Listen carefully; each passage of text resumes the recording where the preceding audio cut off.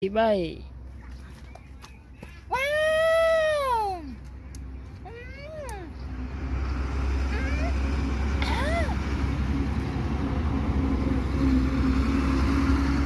Ọt bay chưa? Ba ọt bay chưa? Cái trong là anh mà. Nè.